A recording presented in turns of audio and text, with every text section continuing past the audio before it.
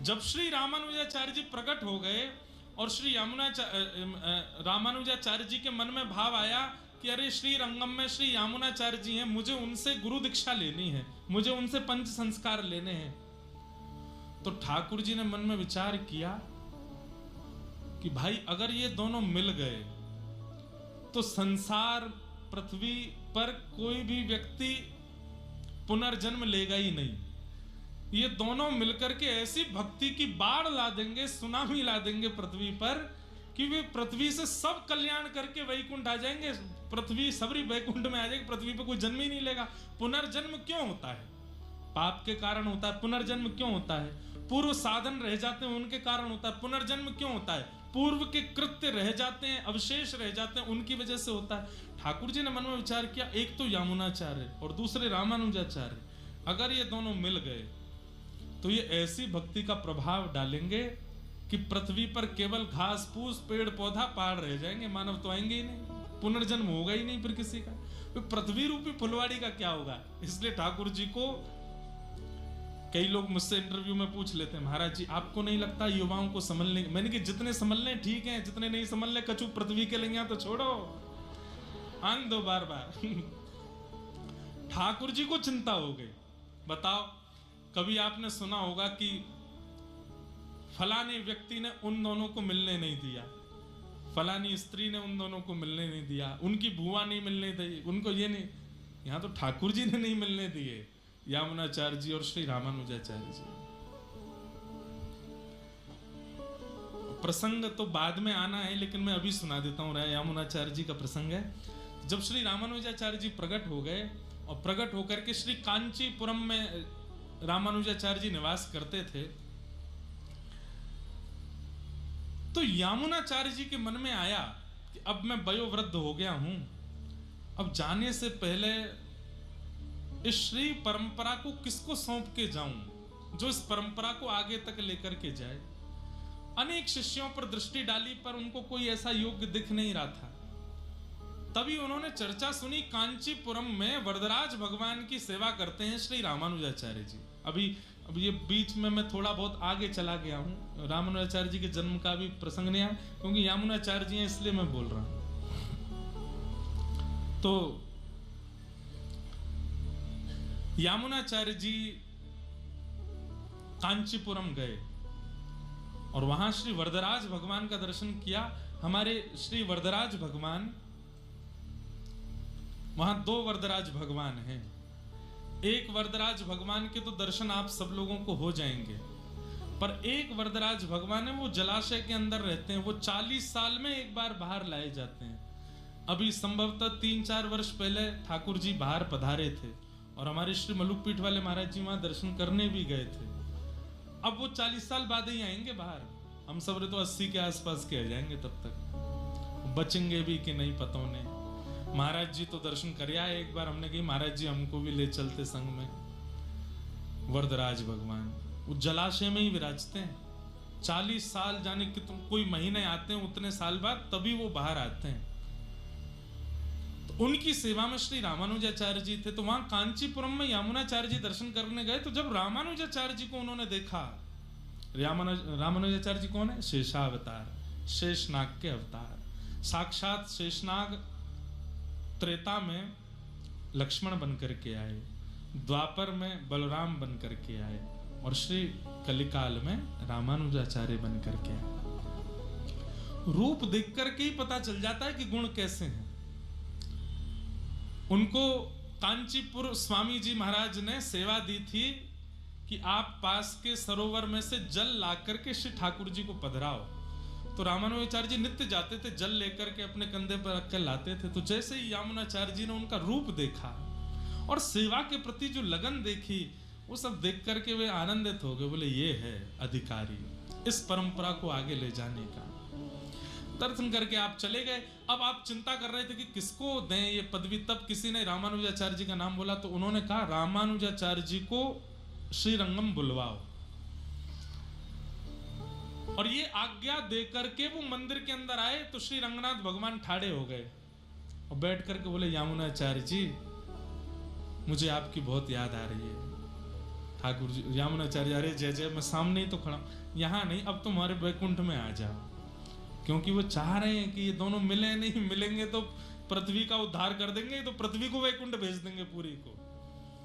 सब लोगों को तो मंत्र दीक्षा देकर के कल्याण कर ही देंगे, ये पृथ्वी को भी मंत्र दीक्षा दे देंगे, पृथ्वी भी वैकुंठ आ जाएगी। तो यामुनाचार्य जी से बोले, अब आप मेरे वैकुंठ आ जाओ, मुझे आपकी बहुत हाथ पकड़ लिए। और ठाकुर जी मनावे में तो आगे हैं ही हैं, आप मेरे नहीं हो, मेरी बात नहीं मानोगे। यामुनाचार्य जी बोले, इतने सारे शिष्य हैं और अभी तक हमने आगे का किसको पदवी देनी वो चयन भी नहीं, इनमें से किसी को चुन के बैठा दो ना। यामुनाचार्य जी, ऐसे नहीं, आपने हमको पृथ्वी पर भेजा है मानव कल्याण जीव उद्धार के लिए, चुन करके विशिष्ट किसी व्यक्ति को बैठा के आएंगे। ठाकुर जी बोले, अब देखो हम तुमसे निवेदन कर रहे हैं, तुम आ जाओ हमारे पास। तो यामुनाचार्य जी बोले, एक काम कीजिए, 8 दिन की समय दे दीजिए मुझे। 8 दिन क्यों? बोले वो आचार्य हैं, वो सब जान गए, बोले ठाकुर जी चाह नहीं रहे कि मैं और रामानुजाचार्य मिलें। तो 8 दिन का समय क्यों मांगा? बोले जिसको मैंने आज्ञा दे करके भेजा वो 4 दिन में पहुंचेगा कांचीपुरम, और वहां से रामानुजाचार्य जी को लेकर के आएगा। 4 दिन जाने के, 4 दिन आने के। 8वें दिन रामानुजाचार्य जी जैसे यहाँ आएंगे, उनको मंत्र दीक्षा पंच संस्कार करके उनको अपना शिष्य बना करके तुरंत वैकुंठ चला जाऊंगा। इसलिए 8 दिन की मोहलत मांगी। ठाकुर जी 8 दिन दे दो। ठाकुर जी बोले ठीक है, 8 दिन दे दिए। अब यामुनाचार्य जी बाहर गए, ठाकुर जी जैसे ही पौड़े, ठाकुर जी बोले इन्होंने 8 दिन क्यों मांगे? सोचो, आचार्य चरणों की बात पर ठाकुर जी भी सोच रहे, 8 दिन क्यों मांगे? सप्ताह मांग लेते भाई, एक क्रम होता है ना मांगने का, 1 हफ्ता दे दो, सप्ताह मांगना चाहिए थी। 8 दिन की क्या इक्वेशन है? तब विचार करके उन्होंने नेत्र बंद करके ध्यान लगाया, यामुनाचार्य जी के हृदय में क्या चल रहा है तो पता, ओहो 4 दिन में शिष्य पहुंचेगा, रामानुजाचार्य जी को लेके आ जाएगा, ये तुरंत उनको दीक्षा देंगे और दीक्षा देते ही वैकुंठ आएंगे। अब ठाकुर जी दोबारा तो बुला नहीं सकते यामुनाचार्य जी को, नहीं तो संशय हो जाएगा ठाकुर जी क्यों जिद कर रहे हैं इतने। रामानुजाचार्य जी को जैसे ही पता चला कि श्री यामुनाचार्य जी ने आपको बुलाया है, तुरंत उसी समय चल दिए। बोले मैं तैयार, मैं तो उनको गुरु मानता हूं और मेरी बहुत इच्छा है कि मैं उन्हीं से ही गुरु दीक्षा ग्रहण करूं, वैष्णव दीक्षा पाऊं। रामानुजाचार्य जी आ रहे थे और जैसे ही श्रीरंगम पहुंचे, यामुनाचार्य जी के सन्मुख आने ही वाले थे, उससे पहले ही ठाकुर जी ने यामुनाचार्य जी को भगवत धाम बुला लिया। लेकिन यामुनाचार्य जी इतने विद्वान हैं, वो जब पधारे तो ऐसे पधारे, 3 उंगली बंद करके बैठे, ऐसे उनकी मुद्रा थी। जब उनका शब्द देखा, रामानुजाचार्य जी बहुत रोए, चरण पकड़ पकड़ के खूब व्याकुल हुए, मूर्छित हो गए, मूर्छा टूटी। उन्होंने कहा दर्शन तो कर लो। बोले मुझे इनसे दीक्षा लेनी थी, ये मेरे आचार्य, मेरे गुरु हैं। बोले अब कोई बात नहीं, अब दर्शन करो। तो आपने सर्वांगीण अंग का दर्शन किया, और जैसे ही आपने 3 मुट्ठी बंद देखी, तब रामानुजाचार्य जी बोले इनको पता था कि ठाकुर जी हम दोनों को मिलने नहीं देंगे, इसलिए कुछ संकेत करके गए हैं। तो रामानुजाचार्य जी ने उसी समय यामुनाचार्य जी के श्री स्वरूप के सामने घोषणा की, अब से मैं नित्य कांचीपुर के स्वामी जी महाराज का सत्संग करूंगा, उनका सत्संग नित्य किया करूंगा। ये बात जैसे बोली तो 1 मुट्ठी की उंगली खुल गई। दूसरी बात आपने कही कि अद्वैत वेदांत के प्रकांड पंडित श्री यादव प्रकाश जी,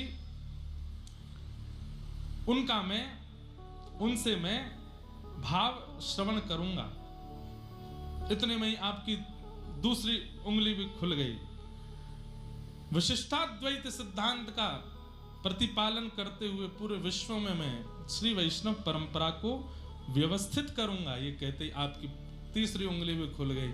और मानो जैसे मंत्र दीक्षा पंच संस्कार तो नहीं कर पाए, पर अपनी 3 आज्ञाओं की दीक्षा उन्होंने रामानुजाचार्य जी को प्रदान कर दी।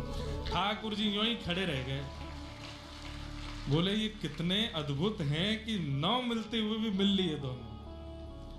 अब रामानुजाचार्य जी बोले कि उतना कल्याण तो नहीं कर पाऊंगा मैं जितना इनके रहते रहते कर पाता, क्योंकि अगर इनके रहते करते तो फिर पृथ्वी में हम लोग तो होते ही नहीं, हमारे पूर्वज ही प्रस्थान कर गए होते, सब विश्राम हो गया होता। लेकिन ठाकुर जी की इच्छा, फिर भी यामुनाचार्य जी जाते जाते 3 आज्ञा दे गए और वो आज्ञा रख करके गए। ये तो बात एक विशिष्ट, पर रामानुजाचार्य जी समझ गए ये कितनी विशिष्ट बात है। ऐसे आचार्य श्री रामानुजाचार्य जी, यामुनाचार्य जी महाराज का भगवत धाम प्रस्थान हो गया। उसके बाद फिर रामानुजाचार्य जी नाराज हो गए रंगनाथ भगवान से और दूर से देख के बोले, आपने मेरे गुरुदेव से मुझे दीक्षा नहीं होनी थी, अब मैं आपके दर्शन करने नहीं आऊंगा। ठाकुर जी बोले, रामानुज तुम कैसे समझोगे, आपकी आज्ञा से ही तो आए हैं हम लोग आचार्य रूप धारण करके मानव कल्याण, फिर भी आप हमको मिलने नहीं दिए। ठाकुर जी बोले, तुम दोनों मिलते तो फिर सबका कल्याण हो जाता, ये संसार प्रकृति आगे कैसे बढ़ती, इस पृथ्वी का चलायमान होना भी तो आवश्यक है, इसलिए मिलन नहीं होने दिया। रंगनाथ भगवान से बोले, आपने मेरे गुरुदेव से मिलने नहीं दिया, मैं अब आपको नहीं देखूंगा, चले गए वहां से। ठाकुर जी बोले, आज यामुनाचार्य जी गए, शोक का दिन है और शोक के अवसर पर रामानुजाचार्य आए हैं, मैं अभी बाहर आकर के वो सब भाव प्रकट नहीं करूंगा, मैं तो तब रामानुज को मिलूंगा जब आनंद का उत्सव हो रहा हो। अभी रामानुजाचार्य जी के शोक है, इसलिए अभी रूठ के चले गए, कोई बात नहीं, हम मना लेंगे बाद में। रामानुजाचार्य जी वहां से वापस आए और फिर यामुनाचार्य जी के ही 5 शिष्यों से रामानुजाचार्य जी ने अपने संपूर्ण सिद्धांत को ग्रहण किया। अब संन्यास ग्रहण करते अब इनकी याद किसको आने लगी, रंगनाथ भगवान को। श्री रंगम में रंगनाथ भगवान, यामुनाचार्य जी के जाने के बाद रंगनाथ मंदिर की गादी सूनी पड़ी थी, सबने जाकर के प्रार्थना की, बोलो भगवान यामुनाचार्य जी के आसन पर किसी को तो बैठाइए। तब रंगनाथ भगवान बोले, एक ही है अधिकारी। बोले कौन? कांचीपुरम में विराजमान श्री रामानुजाचार्य। पर वो तो आएंगे नहीं, वो तो आपसे नाराज बैठे हैं। बोले वो नहीं आएंगे, पर जिनकी उन्होंने आज तक सेवा की है वरदराज भगवान। अब देखो ठाकुर जी का कौतुक देखो, हम लोग उत्तर भारतीय हैं ना, इसलिए हमको दक्षिण भाव थोड़े कम समझ में आते हैं। एक प्रकार से ये समझ लो, राधा रमन जी किसी को बुलाना चाहते हैं, लेकिन यूं कह रहे हैं वो मोते नाराज बैठो है, अगर राधा वल्लभ जी आज्ञा कर देंगे तो आ जाएगा, तो जाओ राधा वल्लभ जी को मनाओ, राधा वल्लभ जी आज्ञा करके उसको मेरे पास भेजें। तो ऐसे ही किया। रंगनाथ भगवान कह रहे हैं वो जिनकी सेवा करते हैं वरदराज नारायण भगवान, अगर वो आज्ञा कर देंगे रामानुजाचार्य जी को कि तुम जाओ और जाकर के रंगनाथ में गद्दी संभालो, तो उनको आना पड़ेगा। तो बोले वो कैसे होगा? बोले वरदराज भगवान को संगीत बहुत प्रिय है और श्री वरदराज भगवान के सामने आप लोग यामुनाचार्य जी के पुत्र जो कि संगीत के विशारद हैं, संगीत में बहुत अच्छे हो चुके हैं, उनका नाम था श्री वररंग जी, यामुनाचार्य जी के पुत्र, इनको भेजो और ये जाकर के श्री वरदराज भगवान के सामने सुंदर स्वर लहरियों में जब गाएंगे तो वरदराज भगवान इनसे कहेंगे वरदान मांगो, हम तुमसे बहुत प्रसन्न है। तो ये वरदान में रामानुजाचार्य जी को ले आएंगे। ठाकुर जी योजना बना रहे हैं, ठाकुर जी ही देने वाले हैं। कैसी विचित्रता है ठाकुर जी की लीला।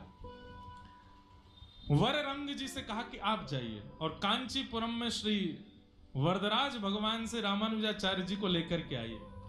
वररंग जी जब आए तो रामानुजाचार्य जी ने उनका सत्कार किया, यामुनाचार्य जी के पुत्र हैं, आइए पधारिए। कैसे आए? बोले वरदराज भगवान के सामने राग सेवा करनी है और आप उनके सामने बैठकर के राग सेवा करने लगे, गाने लगे भाव। अब भाव तो उन्होंने कुछ तमिल में गाया होगा, लेकिन हम पद गा देते हैं। कोदार जग माही ऐसो, कोदार जग माही ऐसो, कोदार जग माही ऐसो, कोदार। सब लोग गाओ।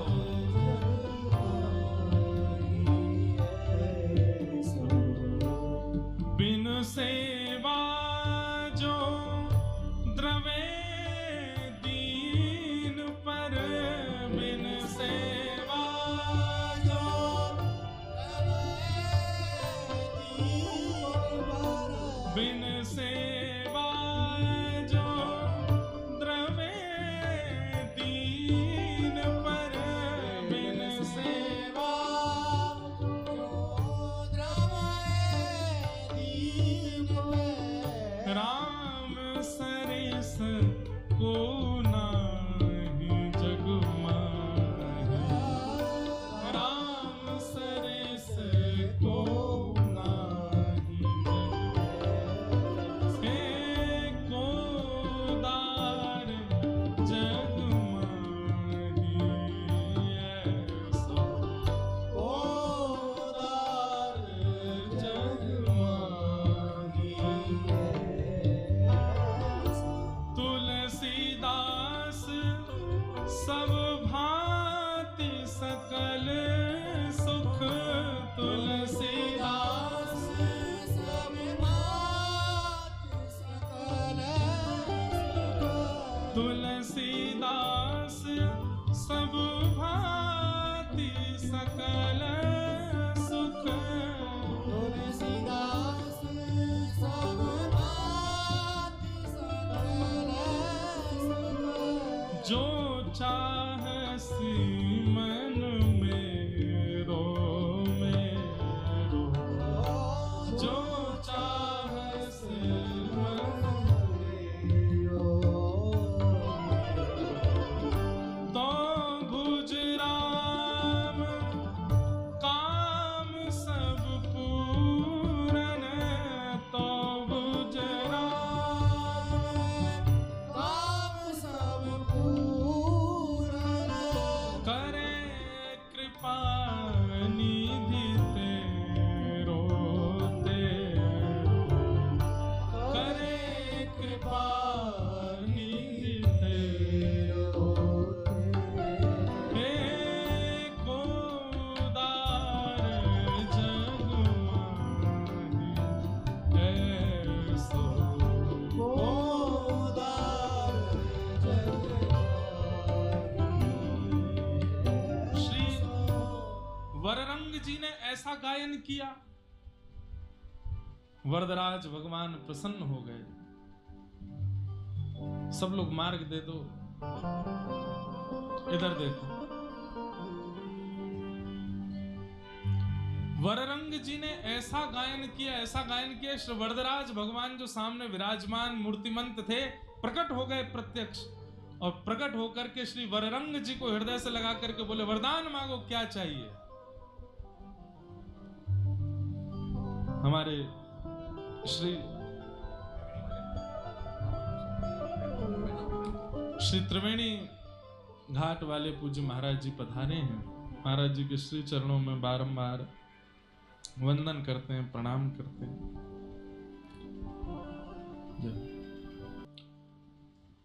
बोलो राजा रामचंद्र भगवान की जय। कहाँ चल रही थी कथा?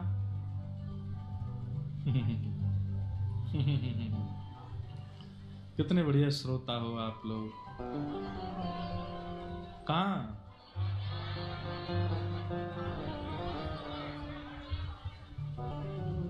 श्री वररंग जी वरदराज भगवान के सामने पद गा रहे हैं, और जैसे ही पद गाया तो श्री ठाकुर जी प्रकट हो गए। प्रकट होकर के इतने आनंदित हो गए, इतने आनंदित हो गए। श्री वररंग जी को कहा, आप यामुनाचार्य जी के पुत्र हैं, क्या सुंदर कंठ है, आपने कितना सुंदर गाया, वरदान मांगिए, क्या चाहिए। श्री वररंग जी ने अपनी झोली फैला करके कहा कि आचार्य चरण श्री रामानुजाचार्य जी को हमें दे दीजिए, हम श्री रंगनाथ ले जाना चाहते हैं आपको। तो श्री वरदराज भगवान थोड़े तो भावुक हो गए। तो वररंग जी बोले, मैं आपकी लीला नहीं समझ पाता ठाकुर जी, आप ही वहां बैठे हो, आप ही यहां बैठे हो, आप भावुक क्यों हो रहे हो, ये वहां जाके आपकी सेवा करेंगे। बोले, हम हैं एक ही रूप है हमारा, पर यहां आचार्य चरण हमको विराजमान करते हैं तो उनके भाव से हम सुख लेना प्रारंभ कर देते हैं। लेकिन आपने मांगा है तो हम कहेंगे, और आपने रामानुजाचार्य जी से कहा कि हे श्री रामानुज, आप अब रंगनाथ पधारो। अब श्रीरंगम जाकर के वहां विराजमान होइए और श्री रंगनाथ मेरे स्वरूप का कैंकर कीजिए। तब आचार्य चरण बोले, देखिए हैं तो हम उनसे नाराज, पर आप आज्ञा कर रहे हैं तो हम जरूर जाएंगे। और श्री रामानुजाचार्य जी महाराज अब श्रीरंगम के लिए प्रस्थान किए। असंख्य वैष्णवों की टोली साथ में चल रही है, सब नाच रहे हैं, गा रहे हैं, आनंद कर रहे हैं। और तो और कौन आनंद करे, साक्षात रंगनाथ भगवान आनंद कर रहे हैं। यहां ठाकुर जी श्री रंगनाथ भगवान अपने आचार्यों को कह रहे हैं, जैसे घर में कोई आते हैं तो घर का एक व्यक्ति, वो उसका काम ही यही है, वो करते कुछ नहीं है, बस बताते रहेंगे, यहाँ पे फूल लगा दो, यहाँ पे सोफा लगा दो।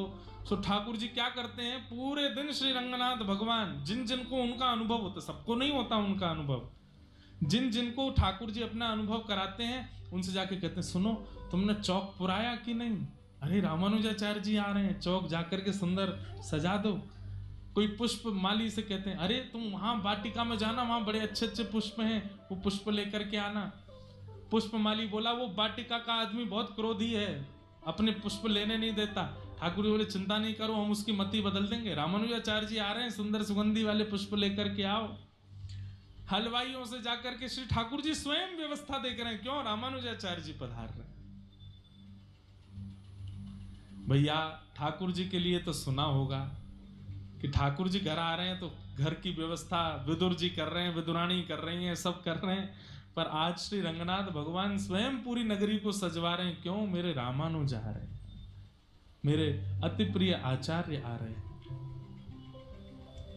चौक पुराओ माटी रंगाओ, आज मेरे पिया घर।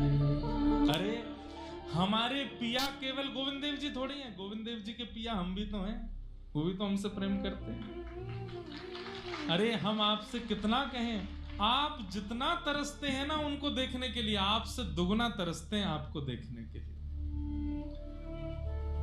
वे तो चाहते हैं कि कभी ऐसा अवसर आए कि ये जो दहली है बीच में, इसको लांग के आप भीतर आ जाओ और गोविंद देव जी को अपने हृदय से लगा लो।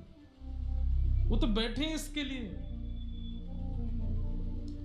आज छवि का अनुभव करो, शंख चक्र गदा पद्मधारी साक्षात नारायण, जिनके कारण पूरी पृथ्वी संभली रहती है, वे पूरे रंगनाथ मंदिर में घूम रहे हैं और सबको व्यवस्था बता रहे हैं, क्यों? रामानुजाचार्य जी आ रहे हैं। हेरी सखी मंगल गाओ रे, धरती अंबर सजाओ रे, उतरेगी आज मेरे पीर की सवारी। अरे कोई काजल लाओ रे, मोहे काला टीका लगाओ रे, उनकी छब से देखूं मैं तो प्यारी। लक्ष्मी जीवारो नजर उतारो, आज मेरे पिया घर।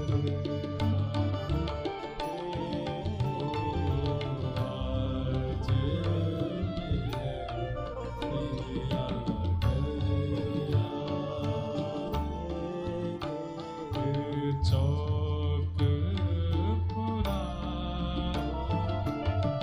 माटी रंगाओ, आज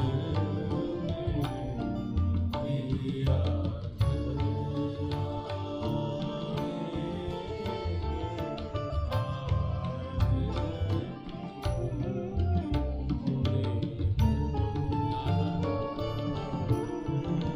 रंगों से रंग मिले, नए नए ढंग खिले, खुशी आज द्वार मेरे डाले हैं डेरा। पीहू पीहू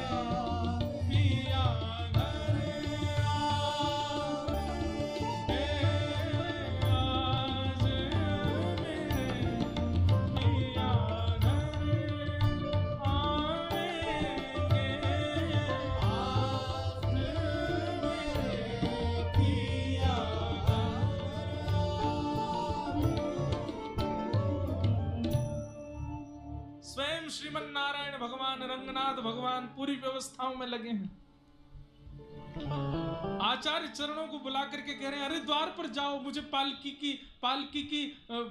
की सुगंधी आ रही है, मुझे ढोल नगाड़ों की आवाज आ रही है, रामानुजाचार्य जी आने वाले हैं। सब व्यवस्थाएं करा दी, स्वयं बैठे गर्भगृह में। लेकिन जैसे ही आचार्य चरण द्वार पर आए, ठाकुर जी रोक नहीं पाए स्वयं को और दौड़ करके गए और 7वीं दोहरी पर जाकर के श्री रामानुजाचार्य जी को श्रीमन नारायण भगवान ने अपने अंक से भर लिया। रामानुजाचार्य जी के नेत्र सजल हैं, यहाँ ठाकुर जी के नेत्र सजल हैं। रामानुजाचार्य जी उदास होकर के गए हैं तो ठाकुर जी मानो मना रहे हैं, अब तो आप नाराज नहीं है ना मुझसे। वो मुझे करना था, मैं चाहता था कि आप और रामानुजाचार्य जी मिलें, मुझे तो सुख मिलता, लेकिन अब आप नाराज मत होइए और कैंकर्य में पधारिए।